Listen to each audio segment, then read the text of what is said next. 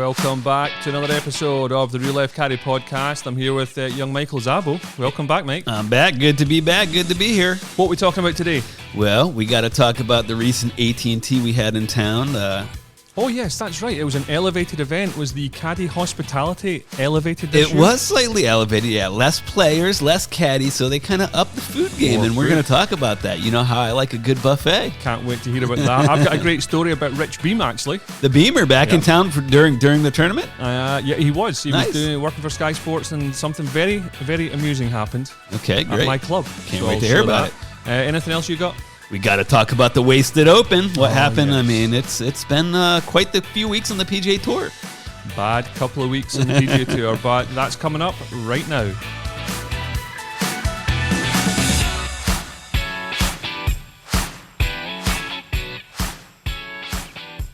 Episode 126, Mike. Can you believe that?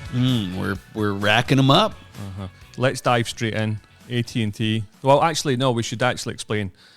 We haven't an episode 3-week gap instead of 2 because we had no power. Some severe weather came through the peninsula out here. It's been dicey. It was rough. Yeah, I got that generator finally up and running. We were without power for like 5 days. Some people were like a week and a half without power. It was crazy. That's pretty brutal. Is it 1924? No, it's 2024. Yeah.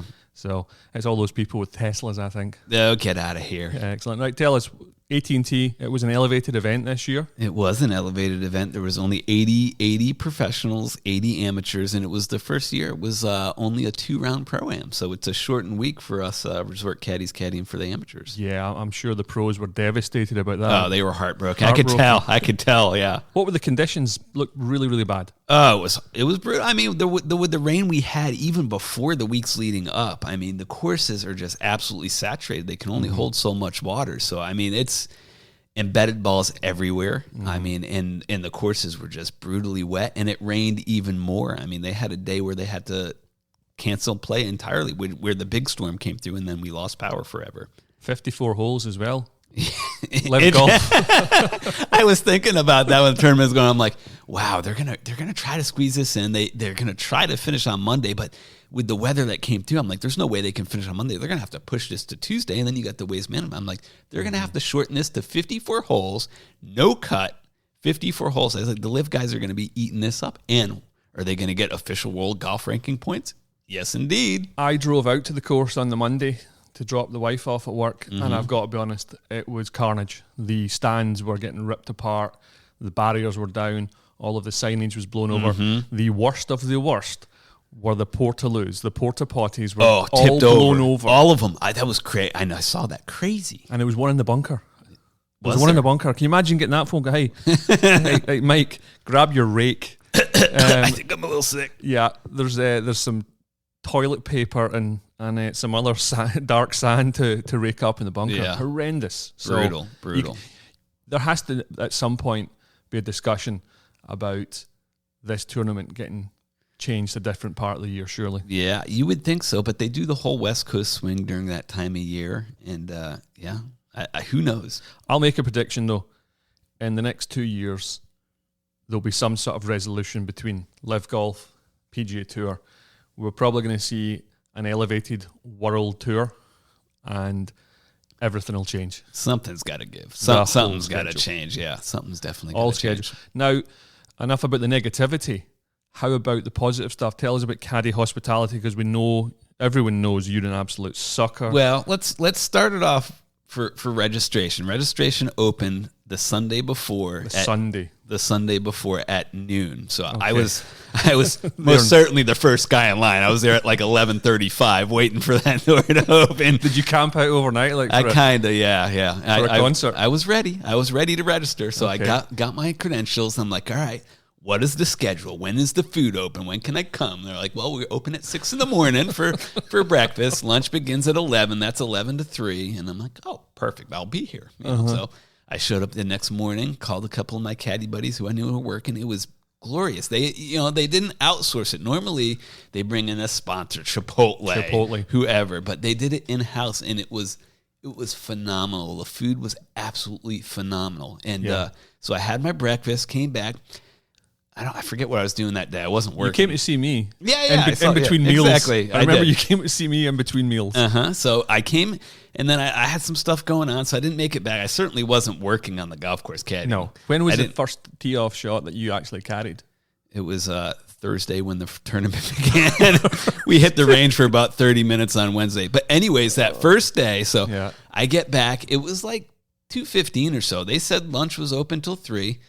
And I see Man Bun walking back to his car with his head down, and I'm like, "Hey, Man Bun, another seagull." Yeah, exactly. And I go, "Man Bun, what's going on?" He's like, "They cut the food off. There's no more food. They're not serving food."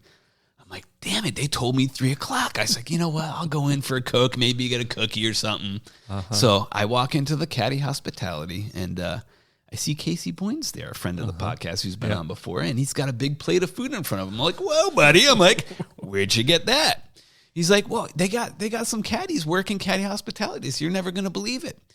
And then who walks out? You would never believe it, podcast listeners. Who walks out, and he looks at me, big smile. It's Caesar. Caesar the caddy. Caesar. I'm like, Caesar. I'm like, I don't think I've officially introduced myself. I'm Zabbo. He's like, Zabbo. He's like, "Hey man, we still got some food in the back. You want a plate?"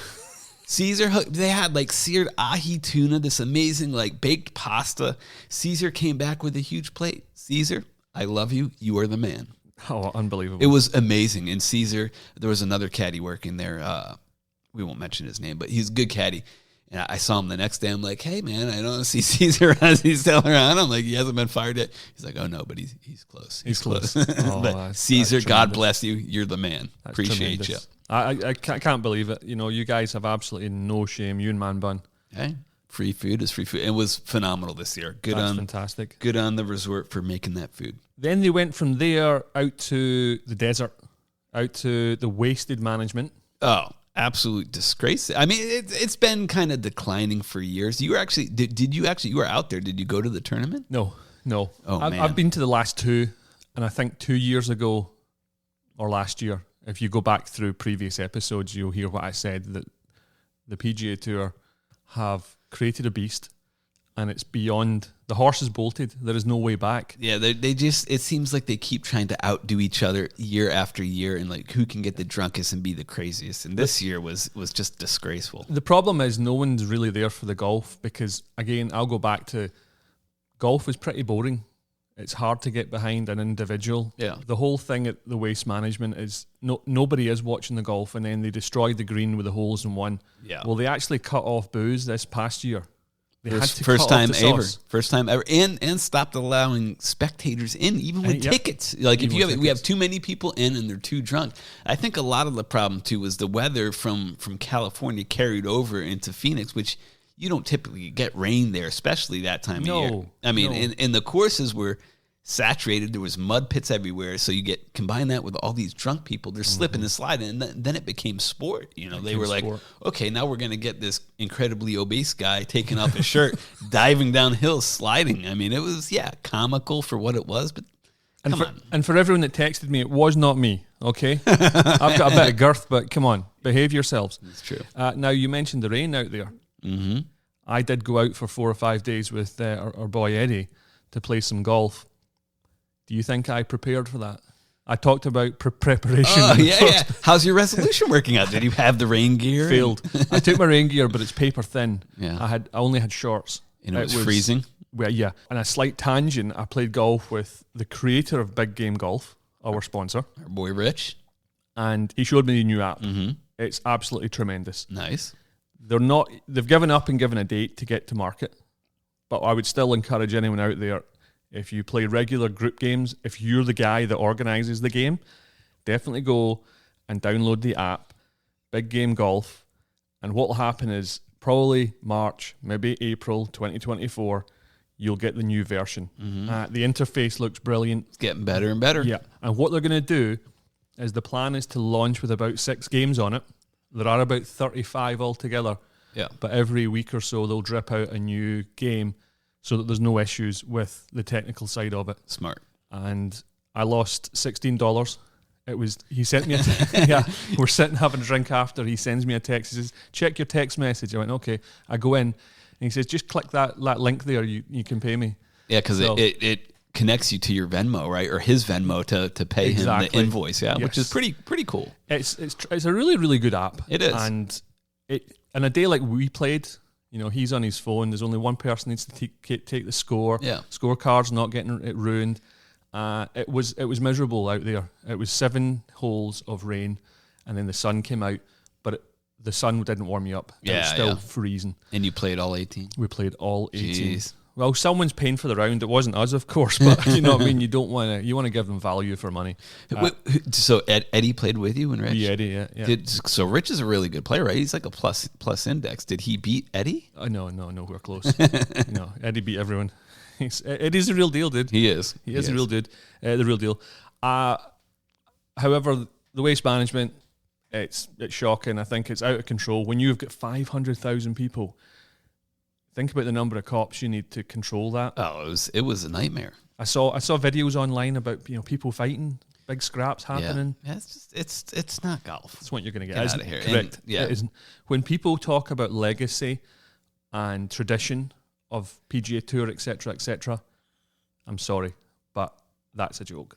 And you will get pros that stop playing in that just because it's not worth it. Did you see the Zach Johnson altercation? Don't sir me, and just ragging on him about the Ryder Cup. Yeah. Now, this episode's called something along the lines of golf caddies are at the wasted management every day. Mm-hmm. We recently had a group in, didn't we? We did have a group in. They were scattered from the southern states. We won't mention names, but it doesn't really shock us in a way. I just think it's sad for the professional game to see what's going on. But we do see some incredible behavior. Yeah, guys, we've said it a number of times over the years. Guys, get away from their wives. They get out 3,000 miles away from their wives and kids, and they just act a fool. And they like to party and have fun. Right. I got a few notes about this group. I mean, I don't think we worked together during that whole week. No, we didn't. And we both have stories from different people in that group that are just outrageous. There's a thing called the Moroccan maraca. I don't think I've heard this. Okay, so a maraca goes one of those things, right? Well, these boys actually had it filled with pills. Right? Oh, I can believe that. I saw that in action. So it's like, imagine a bag of Skittles, but they're all different. Mm-hmm. And you would the guy who had it, you say, hey, I need the maraca. So give me a blue one. They were just literally taking a pill, not knowing what it was, on the golf course. Oh, yeah. But one of the lads takes a pill in about 10 or 11, and I think he got the dodgy one because on 14, he was in a super dark place. He was sitting on the bench in the tee at 14, sweating, didn't really know where he was. Yeah. And he looked at me, and I said, you get the bad one? And he went, yeah. I think I got the bad one. But hats off to me. It's a box of chocolates. You never know what you're going to get. Did you see the bag of? Do you know what the bag of checks? They had a big bag of checks. Did you know what that was about? What the check? What do you mean? You know what? Like Chex Mix. Just the little rice cereal. Yeah. You know what was sprinkled in with the checks? Charlie. They had magic mushrooms sprinkled all over. He's like, yeah, you just kind of you eat the checks and you don't know if you get a bunch of mushrooms or you're just getting checks because it's kind of scattered in there. Well, there was one dude on the last day, and he was on the Colombian marching powder, right? Oh, bro. Yeah. So he's on the phone, okay, on the 11th hole, and he's changing his flight to go home earlier. I just need to get out of here, man. No. He's 20 minutes he's on the phone trying to change his flight. And I said, what you doing? He goes, oh, I'm going to try and get home early. Brownie points for the wife, okay? Gonna make up for all this bad stuff I did. Well, I was like, I don't know if there's gonna be any brownie points when she sees you. Yeah. Because might want to sober up first, buddy. He's slipping into the trees and a little bit of this, a little bit of that. So he's on his phone, he stops in 12, he hits the drive. Now he hooks it left on the 12th hole. Doesn't matter what course it is, it's a par 4. Yeah. Hits it left. We got up on the cart, because we're all in carts. I says, what's wrong? He goes, oh, I've left my phone. And he's checking his pockets and he's looking at it. I says, well, you were just on it. He goes, I must have left it in the tee. So he takes the cart, he drives back. We don't see him at the tee. He must have driven to 11. And then we start hearing this vibration in the other cart. Oh, jeez. So I guess that's the thing in the phone that you can find your phone. Yeah. So 5 minutes later, he comes back. I says, is this your phone? Yes. I said, well, you put it in the wrong cart. So he starts walking into the trees. I thought he was off to powder his nose. I says, what are you doing? He said, I'm looking for my ball. I says, it's over here. So he's fully 150 yards away. So we go across there. I tell him how far it is. He's just looking at me, Space Cadet eyes. I says, here, hit this club. So he hits it again, left of the green, maybe 30 yards left of the green, pin high. So we jump back in the car, we drive over. He grabs a wedge, and I'm dealing with the other player. He now is looking down the valley. And I'm like, what are you doing? He goes, I'm looking for my ball. He's fully 60 yards away. Bro, come on. He says, it's up here. So he comes up. He hits the chip to 14, 15 feet. Holds the putt. Wow. Good for him. He's playing par and says, what'd you get? He says, I've no idea. I says, he made a par. It was the most impressive par I've ever seen. Took him 45 minutes, but yeah. Didn't know where he was, what he was doing. And he was going home early to the wife. Hopefully he got some brownie points from the wife. So the guy I had from the get-go, he was hoorahing. This is before he really had any real substance in him. And he was hoorahing and super excited. Him and his partner, they were winning money. They were fist bumping, chest bumping, high-fiving, hoorahing. And then he wanted to find a little Colombian marching powder. And apparently he found it in a large quantity. So the next morning we get to the tee and I see him. And he's not really hoorahing it, and he's looking kind of scattered. And I look at him, I'm like, what's up, bro? He's like, I don't know if I'm going to make it. I'm like, what are you talking about? What's going on? And he's like, I haven't slept all night. I'm like, oh, no. I'm like, did you do what you said? He's like, yeah, we did it. We still have a bunch left over. I had to throw it out because I knew I'd just keep doing it. And it was a bad situation. And he was slugging around, and he's like, I'm never doing that again, never doing that again. And then your boy talked him into it the next night, and there they go. But I think the boy you were talking about the day before, now, we didn't really discuss this after it happened, but so we were at the big course, and we're on the first hole, and this guy, he's kind of amped up, like you were saying, even without the marching powder. Yeah. And there's a group in front of us on 2, and they are the Havocamp's time 4, and they're like 2 holes behind on 2. There were 2 holes behind the group in front of us. And he said, I can't do this. This is going to ruin my day. I am not going to do this all day. We can't do this. And he told the rest of the group, he's like, we're not doing this. We're not doing this. We're not doing this. We're going to skip a hole. We're going to go to the next hole. So, struggling. Yeah, struggling. So we jump in front of that group that I've never seen at the big course before. We actually skip the group. We drive right past them. They were on 3. We go straight to 4 tee box. Mm-hmm. And then the marshal comes screeching over. He goes, what did you guys do? He goes, your caddies are getting written up. You're in trouble. You can't do that. And they're like, hey, we're going to do what we want. He's like, you're caddy. And Eddie goes, oh, looks like we're getting fired, Zabbo. We're in trouble. Yeah, as if that's going to happen. And then we're like way ahead of you guys. They're still like, and you're waiting on them every shot. And you were going to do the same thing, right? On the 6th hole?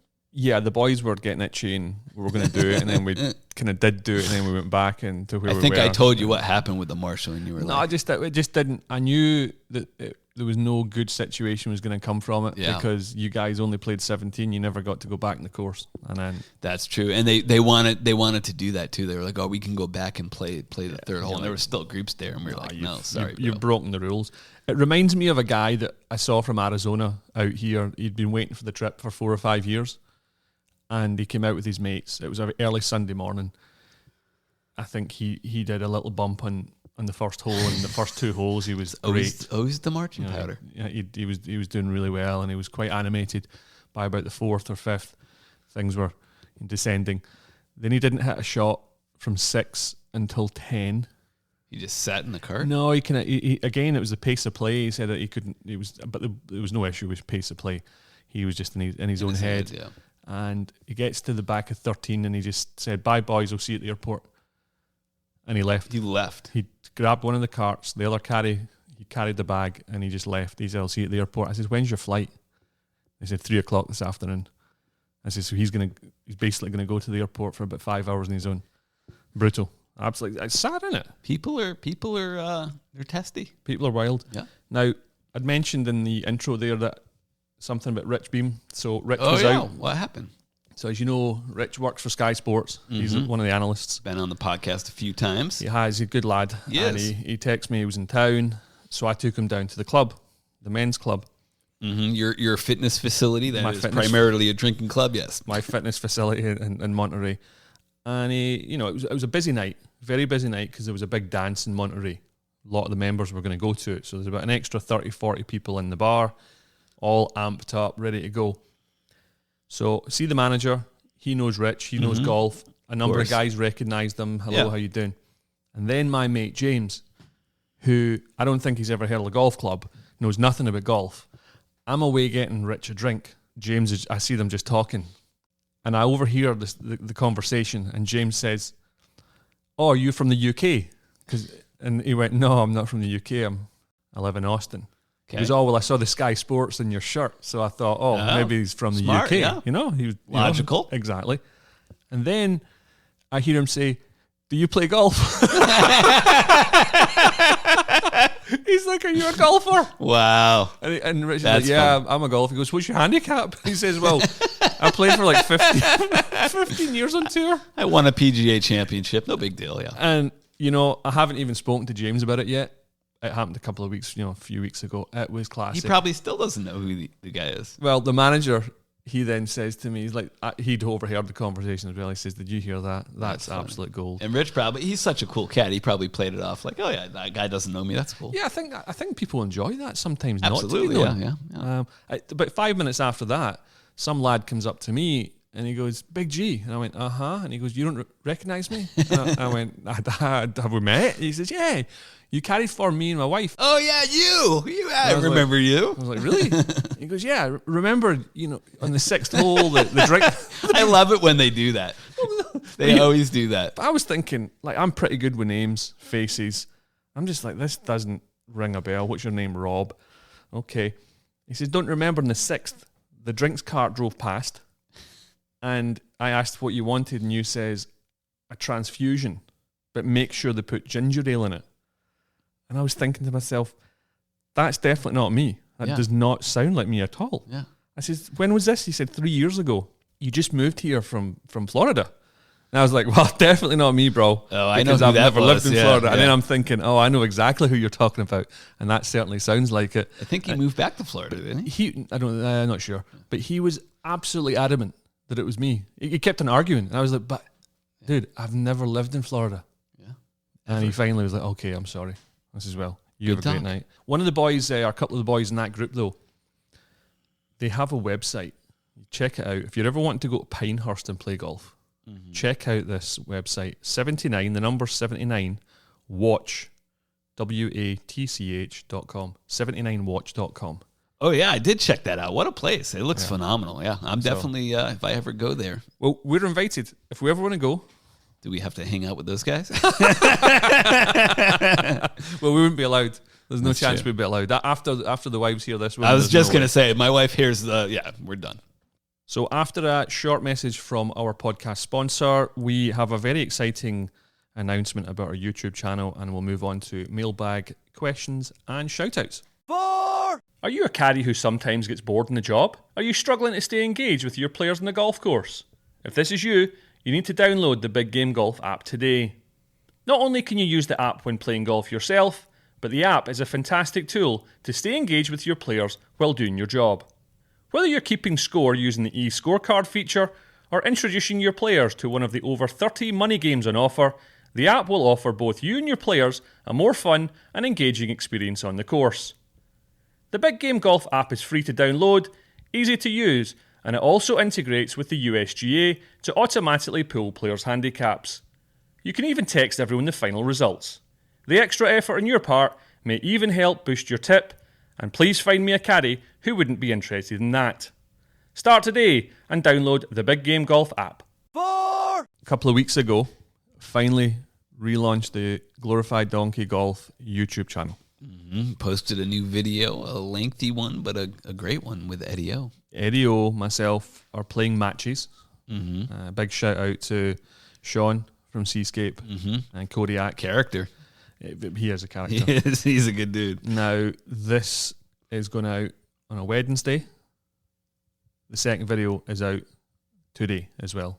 Oh, you're actually posting the second video today, which, Correct. you know, their first video was great. I think the second video, in my opinion, I liked it a little better. Yeah, I liked it. I enjoyed it. Obviously, the way people listen to podcasts, there could be someone listening to this in a year's time. So if you're new to the podcast, check out the YouTube channel. If you have a YouTube account, subscribe to the channel, please. Definitely subscribe. Yep. Subscribers are big. Hit notifications, and there'll be a lot more videos coming out. They're fun matches. The first couple were we only play 5 holes. Mm-hmm.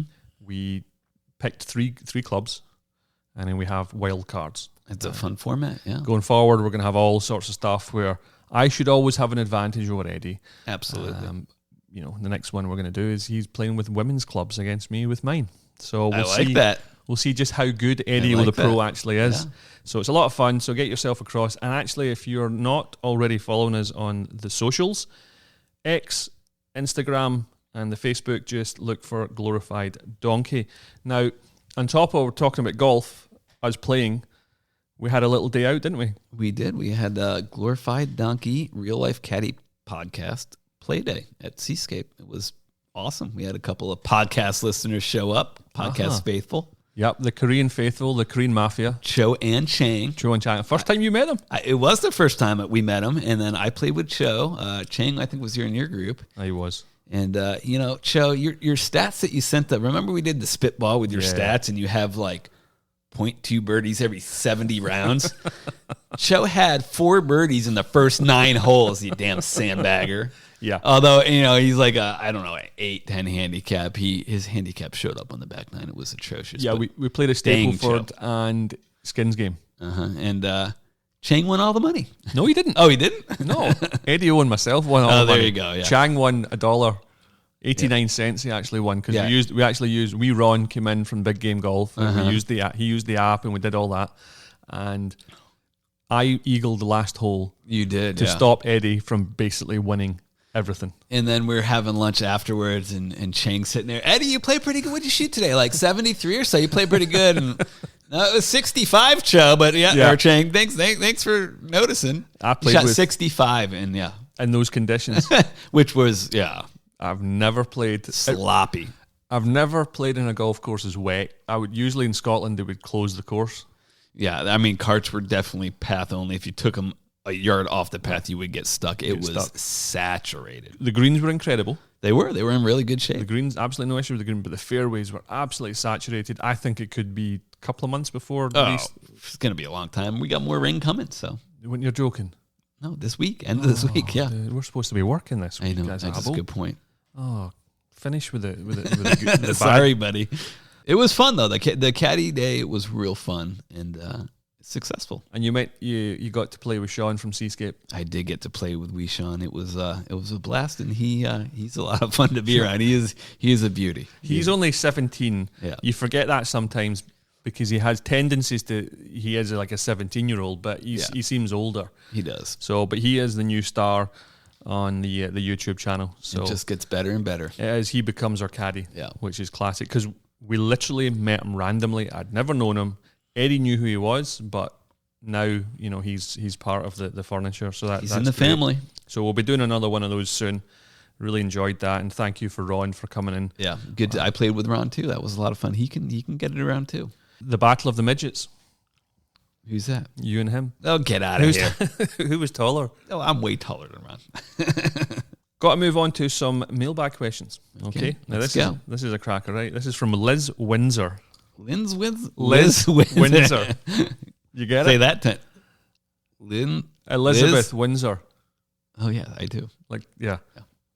Probably not the real name, and definitely not the real Liz Windsor. Can't wait for this question. From Bellevue, Washington. What are the worst 3 things a golfer can do while using a caddy? Well, do we want to put Colombian merchant powder at the top of that list? Yeah, bad idea. Bad idea when you're playing golf. Probably getting too trashed. Too trashed, yeah. Rolling the ball at us. I think yes. Stop! Don't roll the ball to us. Tipping poorly. Well, tipping poorly for a job well done. Exactly, yeah. You like to be well compensated for services rendered. So, for example, we were out at a club on Thursday, and I knew the people that we were with. We got a caddy.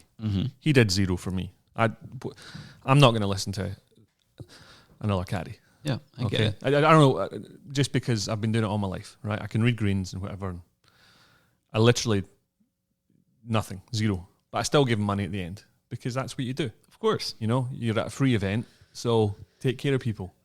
Yes. And incidentally, again, on another tangent, last week was the first time I really, after discussing that situation, having a caddy, was the first time I realised the amount of faith people put in us when they actually do believe us. Oh, it's 100% faith. It's a massive step, isn't it? It's a massive leap of faith to actually trust a caddy from the get-go. Yeah. And I can understand if the caddy's not that great and you make mistakes, but we don't often do that. But it's actually, it's a huge thing. But yeah, 3 things you don't want to do. Don't like, if you want your ball washed or cleaned, don't roll it to us. Don't roll it to us. Throw it at us, hand it to us. Don't blow your nose or rub your face on our towel. And don't take my towel, clean your shoes off. Yeah, that's the absolute worst. Yeah. Leaving the club next to the bag. Oh, propping it up against the bag. You're not on tour. It's not a staff bag. It's not laying on ground. Hand me the club. Hand me the club. Yeah. And offer to buy me food or drink. Give Zabbo a gift card for Chipotle. Exactly. So any 3 of those would be absolute spot on. Next question. What 1 or more things would you do to improve the pace of play? That's from John in Leeds in Yorkshire. Well, I really enjoyed skipping groups. I enjoyed that.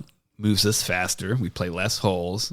My dollars per hole goes up. But pace of play, ready golf. I mean, all the stuff they say, all the cliches. Play ready golf. Be ready to hit. Have the number before the next player hits.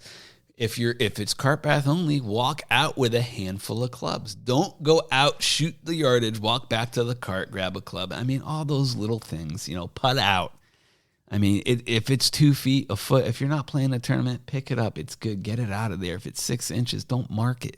Hole out. Continuous play. Leave the flag in. I mean, wow. There's numerous things you can do. Well, if the professional game actually punished players like they should do for pace of play. Correct. And that's a good point too, because they don't set a good example. If you watch a PGA Tour, those guys are painfully slow. We had Sung J M in our group the first 2 rounds of the pro. It was only a 2-round pro, but he was with us both rounds. He's painfully slow. Good friends with Cho and Chang? I think he might be, yeah. one of those guys in the bag. Yeah, I would definitely penalise, and then if people actually saw that happening, they might then take heed. Exactly. I would also know the basic rules. Mm-hmm. Like, if you know the rules, not like anyone's going to call a rules official in a bounce game. Yeah. But if you know some of the basic rules, apply them and play. And like we said before, preparation. If you're prepared, have tees in your pocket, have an extra ball in your pocket. I'll sometimes call a player out, and I can see the bulge in their pockets or lack thereof. Yeah. And I'll say, "You don't have an extra ball. Grab a ball." Yeah, you're not that good to not carry an extra one. You should always have an extra ball, maybe 2. That's it. And there was the rule I used last week where I hit a ball out of bounds. It was so cold, there was no way I was walking back to my bag. It was a par 5, so I dropped it in the fairway 2 club lengths and played 4. That's a great new rule you can do too. I mean, you snipe that first one out of bounds. Chances are you're gonna snipe the next one out of bounds. Use that 2-stroke penalty, move it up to the fairway where the first one went out of bounds, and you're hitting 4 instead of hitting 7 from the tee. Exactly, and I didn't have to walk back and grab the ball and exactly like you say and do the same thing. So, yeah, there's a lot, and I do think there's a lot of stuff. I did a few things on the Twitter about slow play. There's a lot of people out there that think that it should be 4.5, 5 hours.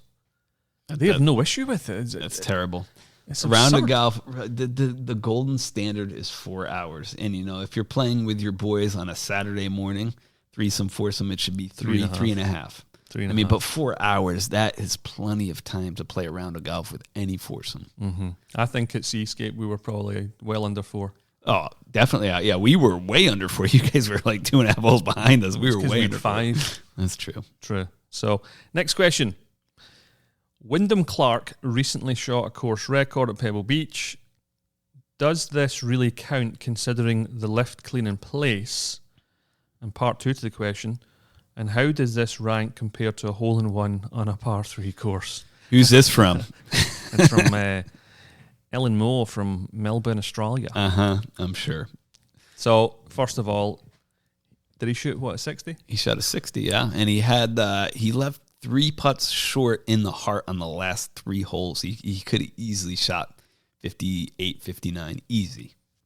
I don't personally think that the 60 is as good as the 62 that was shot before him, because they're not playing in the same conditions. They're not. The left clean in place, for example, let's say you end up in a divot, left clean place.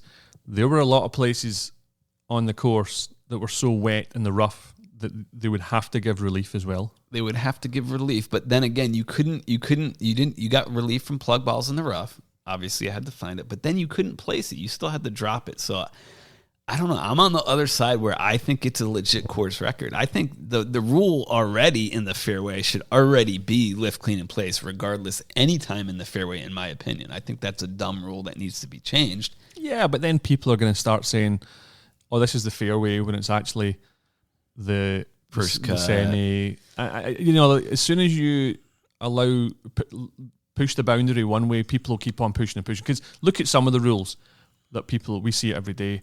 Their interpretation. Well, nobody plays by the rules. But look at the pros. Yeah. They're always, can I do this? Can I do that? Like some of the top guys. Yeah, they're calling for rules official when it's clearly not going to go their way. And people will say, well, they just want to win. Well, no, but there's also integrity here. Yeah.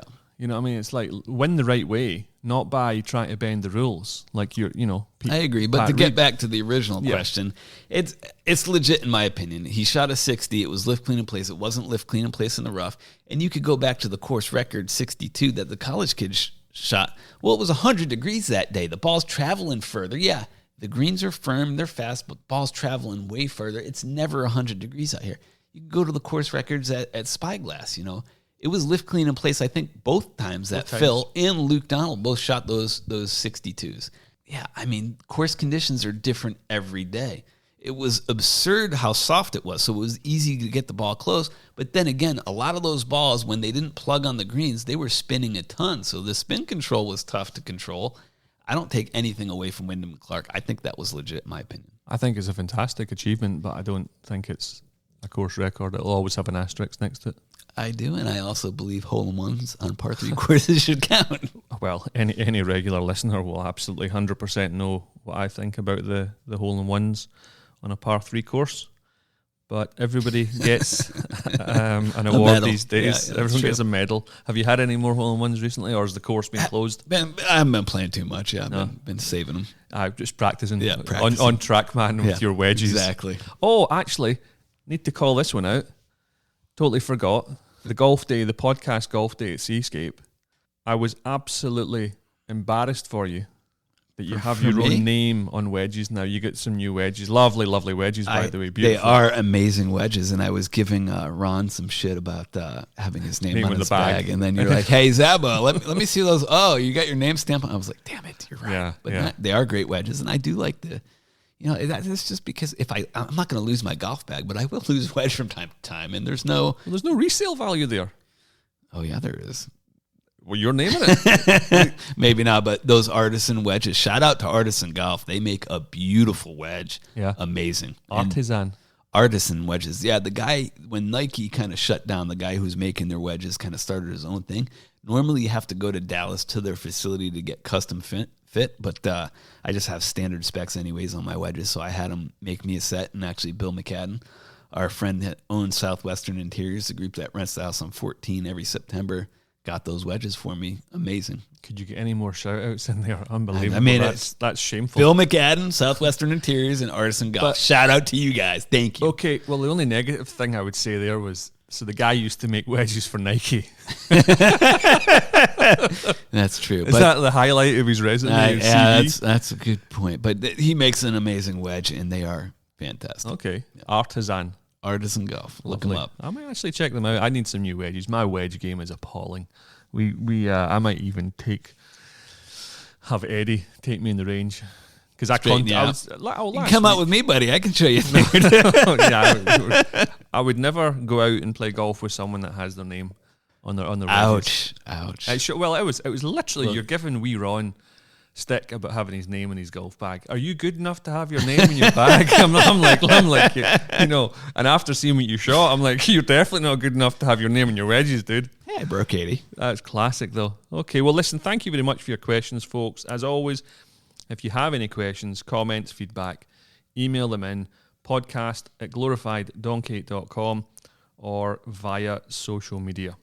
Last but not least, we got a few shout outs. Zabbo, who you got? We do. We got a shout out. I got to shout out my buddy Rick Levine, the father of one of my best friends in the world, Chris Levine. He's been listening to the podcast. He's not really a golfer at all, but he enjoys it. So I got to shout him out. Got to also shout out Ron from Big Game Golf for coming out. Got to shout out Cho, playing with Cho, and Chang. Also, I got to mention, during the AT&T, we get to the 17th hole, and everybody's chanting, Larry Fitz, and I hear Zabbo, and I look up and I'm like, who is that over there? And he like won't stop. He keeps shouting it, and then I'm like, I think that's Chang up there. And I text you right after the round. I'm like, hey man, can you text Chang and see if that was him up in 17? It was Chang, so shout out to you, Chang. Chang was getting sloppy up in the he hospitality. Seemed a little let up. Yeah, it was a free buffet of booze up there. It was an open bar for Chang, and he was taking well advantage of it. So shout out to you, Chang. Shout out for me for everyone in Arizona. You all know who you were. That really took great care of myself and Eddie. We had a great few days. Met up with Hilo. Heard all about his... the famous Hilo. Oh, wow. How's he doing? He didn't make it out tonight. Let's put it that way. Yeah, keeping the wife at home. He overserved himself. Gotcha. And finally, if you want to support us, you can share the podcast. You can like it. You can leave a comment. The comments don't really do much, but I think it helps other people who are looking for new podcasts just either get positive or negative feedback. Yeah, true. But share it. I mean, share it with your friends. We want to keep growing this thing, so get out there and share it with your people. And you can also go to our website, glorifieddonkey.com, and follow the link to buy us a beer. Now, definitely do that. A couple of guys recently, Pat Wolf. Got to shout you out, Pat Wolf. Thank you. He sent a story in for episode 100. You like that one? It was where he ended up, nearly losing his manhood. That Pat guy, Wolf, yeah. That Pat Wolf. So glad you're still with us. He didn't, but there's also a Dan the Man. Dan the Man. Got to shout out you, Dan. He was talking about listening to past episodes. He caught up, and every single one at some point made him laugh. So many thanks for that, Dan. If you are new to the podcast, make sure and go back and listen to the catalogue. There are another 125 episodes. But that kind of brings us to an end. Zabbo, many thanks for your time. Thank you. Good to be here. We'll definitely be back in 2 weeks with one more installment. However, assuming we don't lose power for 7 days again. I hope not. Yeah. I'll be up at yours with a generator. Yeah, let's do it. Until the next time, folks, enjoy your golf, but more importantly, keep it humble.